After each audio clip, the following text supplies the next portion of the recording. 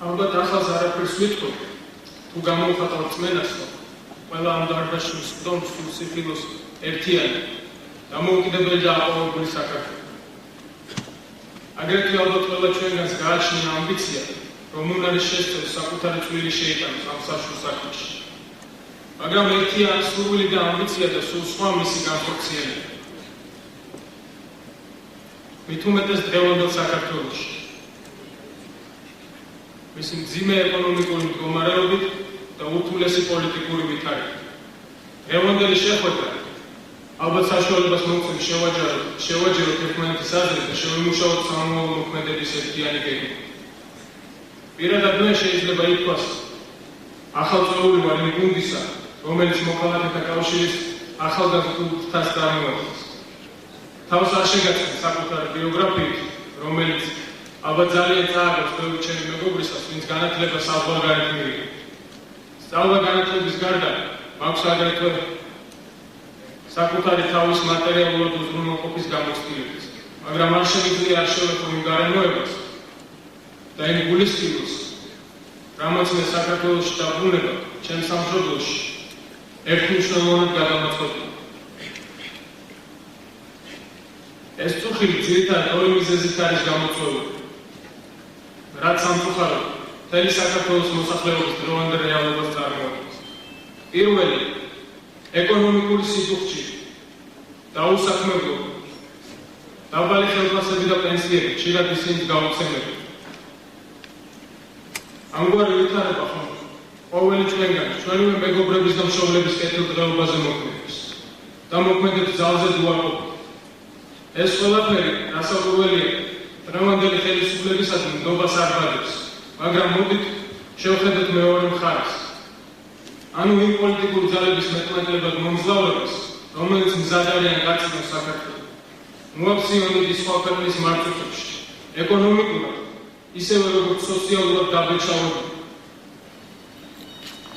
რომ არაფერი თქვა ქართველი ხალხის პატრიოტული სულისკვეთების შევახლოს.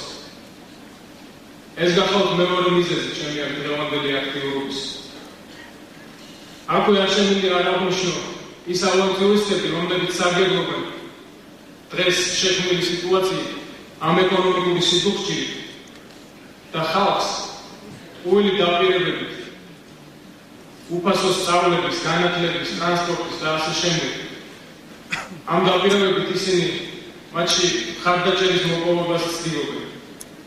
მაგრამ ერთი სიტყვით ამ ბლეფით და კომუნიზმის მშენებლობით ისინი დამეთუნით ვერაფერს გახდებიან და აქვე დაუძენ, რომ მათი ჩრდილოეთ დამრიგებლებისაგან განსხვავებით ისინი არაფერს არ პირდებიან ჩვენ მოსახლეობას, ალბათ საქართველოს სპეციფიკიდან გამომდინარე. შექმნილი სიტუაციის გამოსწორება დღევანდელ ხელისუფლებასთან ერთად დღევანდელი ახალგაზრდობის თვალია.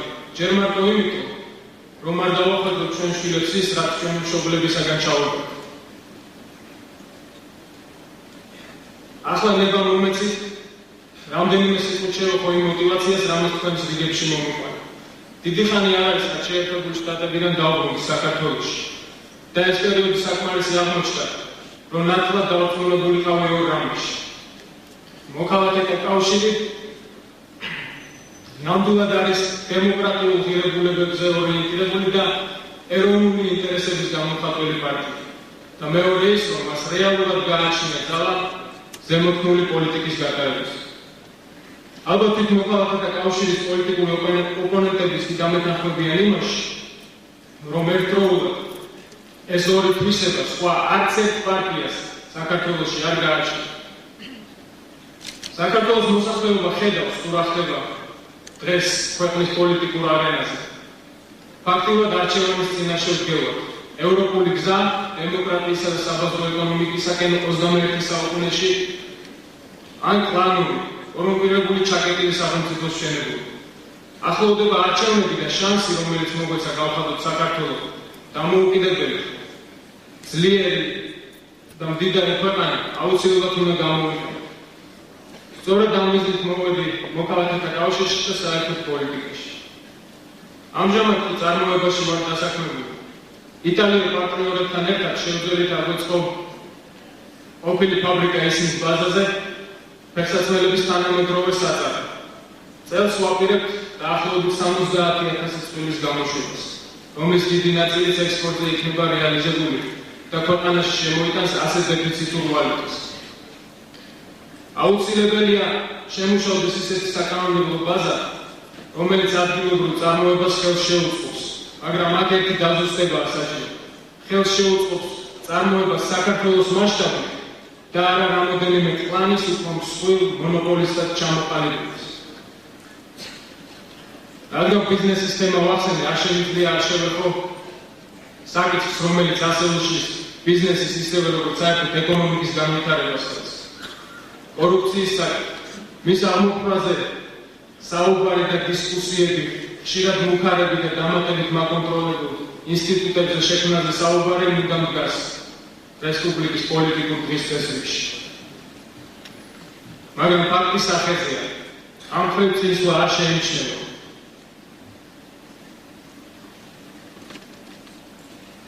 კორუფციას ძირითადად კორუმპირებული ჩინოვნიკები ებრძვიან.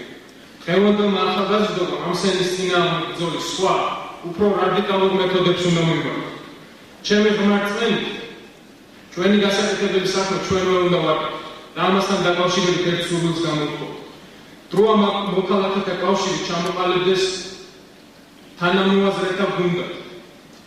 გამოჩნდეს ახალი სახე, მოვიდეს ახალი ხალხი. რამე თუ რაგი პრეზიდენტიც არ უნდა ყავდეს, ის მარტო რეფორმებს ვერ გაატარებს. იგი შეიძლება იყოს მხოლოდ მათი გარანტი. ქვეყნის აღმშენებლობა თანამოაზრეთა გუნდმა უნდა ითავოს და განახორციელოს. დასასრულს ხუნებას მომცემ, შეგახსენებთ ერთ ცნობილ გამონაკლისს. ყველა დიდი მოგზაურობა პირველი ნაბიჯით იწყება. ხელმოწერილი ხელისუფლების დამსახურებაა, რომ ეს პირველი ნაბიჯი უკვე გადადგმულია. გაჩერდა სახელმწიფოებრიობის ნგრევა. დამყარდა წესრიგი და სტაბილურობა. შეიქმნა ფაქტიურად არარსებული ინფრასტრუქტურა. გვაქვს საკუთარი ვალუტა და მოხდა ქვეყნის ევროპაში ინტეგრირება. დამეთუნეთ, საკმაოდ გრძელი პირველი ნაბიჯია, მაგრამ აუცილებელია მას მოყვეს მეორე და მესამე, უშუალოდ ხალხის კეთილდღეობისკენ გადადგმული ნაბიჯი.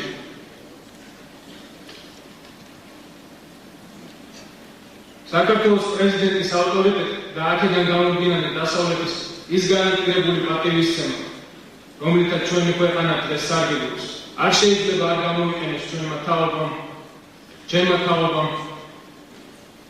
ჩვენივე ქვეყნის საქართველოს საკეთილდღეობით. ეს იქნება უკვე დანაშაული, რომელსაც მომავალი თაობა არ გვაპატაკებს. და ბოლოს ოპტიმისტურ ნოტაზე დამთავრების მიზნით არა მხოლოდ ფაქტს როგორც ფაქტად აღნიშნავ, რომ რიგმა ქვეყნებმა იგივე ყოფილი საბჭოთა ბლოკიდან წყინვალედ გარდაქმნეს თავისი ეკონომიკა და ცხოვრების საკმაოდ მაღალ სტანდარტებსაც მიაღწიეს. საქართველოში მისი მოთხოვნებისა და მასშტაბების გათვალისწინებით გაცილებით მოკლე დროშია სასურველი შედეგის მიღწევა. მაგრამ პირველ რიგში გავიმარჯვოთ არჩევნებში. დიდი მადლობა.